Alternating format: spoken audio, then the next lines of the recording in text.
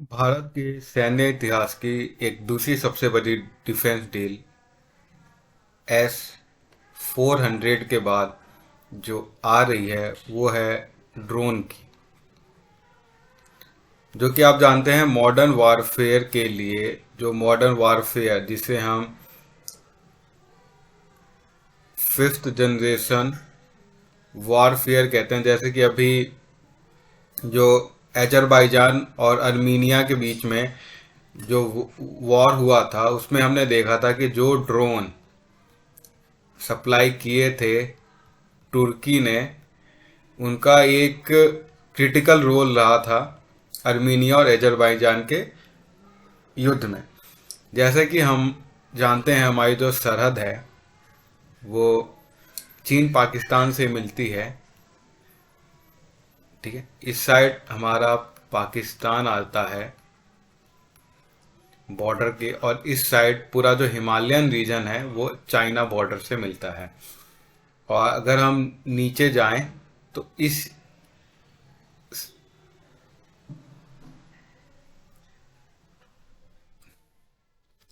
यहाँ पे एक बहुत बड़ी कोस्टल लाइन है हमारी, एक बहुत बड़ी कोस्टल लाइन है। इस लाइन को सिक्योर करने के लिए ये डिफेंस डील लाई गई है। तो हम जानते हैं ये टोटल डिफेंस डील के बारे में इस वीडियो में।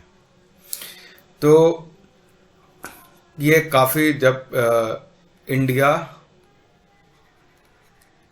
इंडिया यूएसए रिलेशन इतने जो अभी जिस पीक पे हैं, इससे पहले कभी इतने पीक पे नहीं थे। हमारे पास बहुत प्रॉब्लम थे, जिसमें क्रिटिकल रोल एक पाकिस्तान का था, एक फैक्टर हमारी इकोनॉमी थी।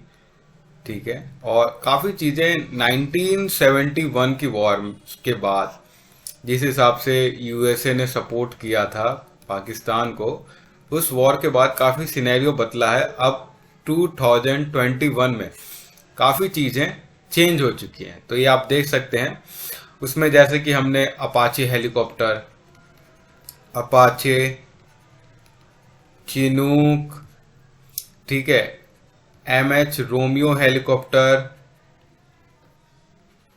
M777, अब प्रीडेटर,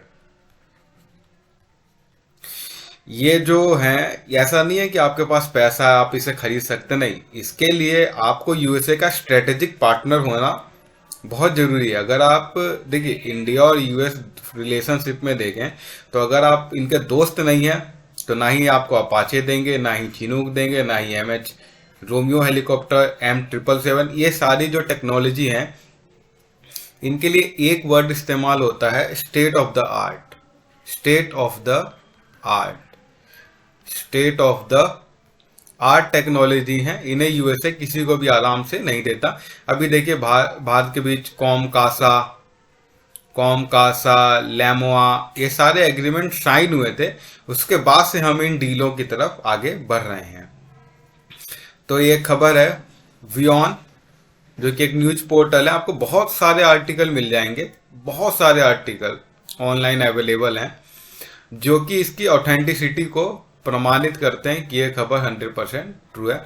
अब देखिए 3 बिलियन प्रीडेटर ड्रोन डील जो है इस फिजिकल ईयर में साइन होगी। ये आप खबर दे सकते हैं, 16 नवंबर की है, ज़्यादा पुरानी खबर नहीं है।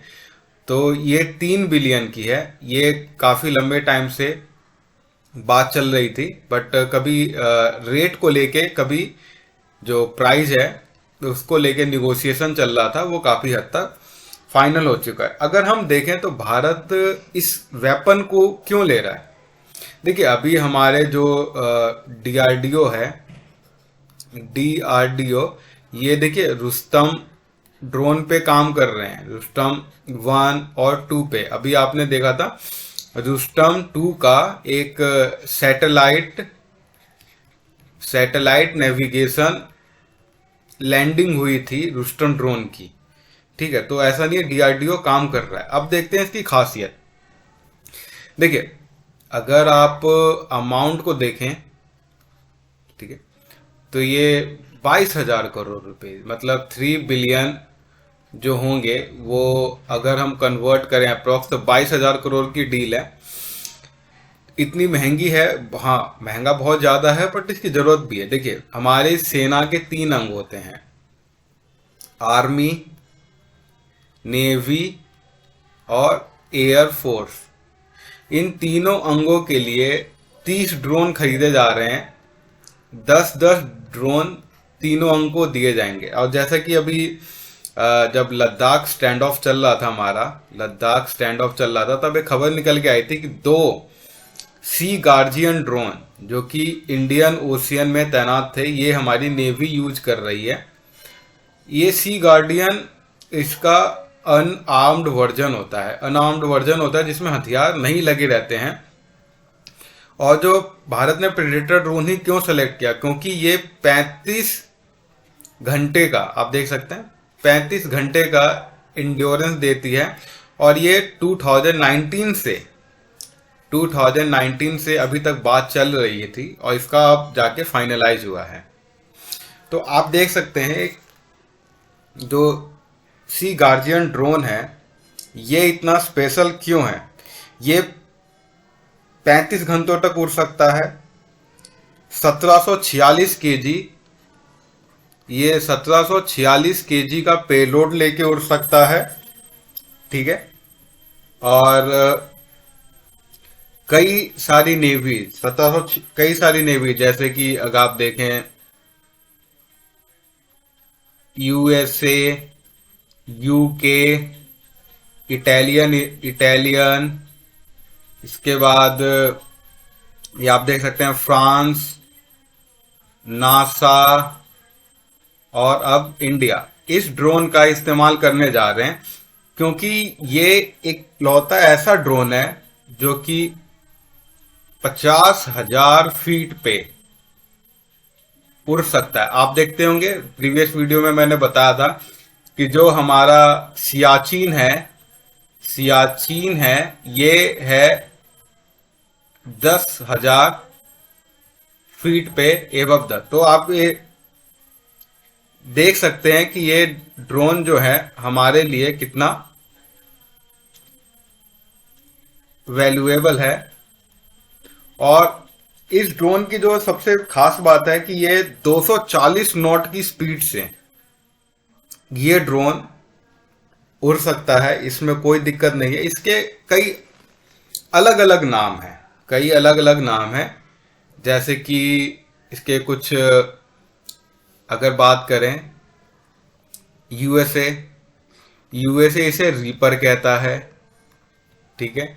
बाकी देशों में इसे प्रेडेटर कहते हैं। तो इसकी खासियत है, देखिए जो विंग स्पैन है इसका, ये जो हुआ इसका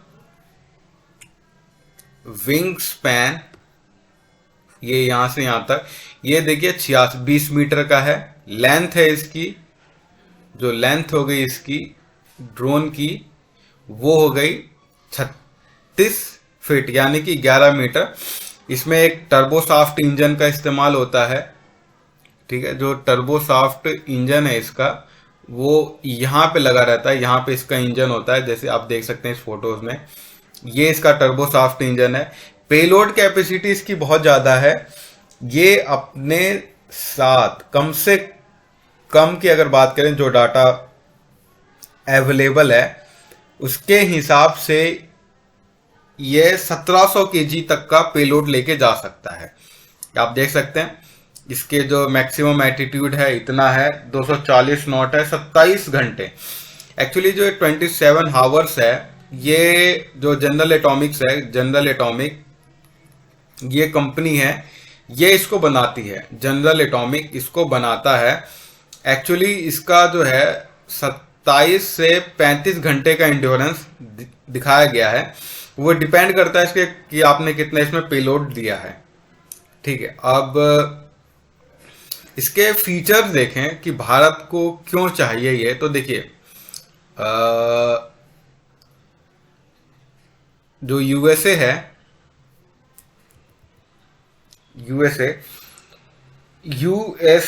की जो टेक्नोलॉजी है काफी एडवांस है। इसमें देखिए जो इसके कुछ फीचर है, जैसे कि इसका फ्लाइट कंट्रोल सिस्टम, रिमोट से भी control, remote flight control system है इसमें। ये ऑटो मतलब रिमोट एरियाज में, जिन एरिया में हम अपने सैनिकों को डिप्लॉय नहीं कर पा रहे हिली टेरेन में, वहां से इसको ऑपरेट कर सकते हैं। इसमें 7 एक्सटर्नल पेलोड हैं।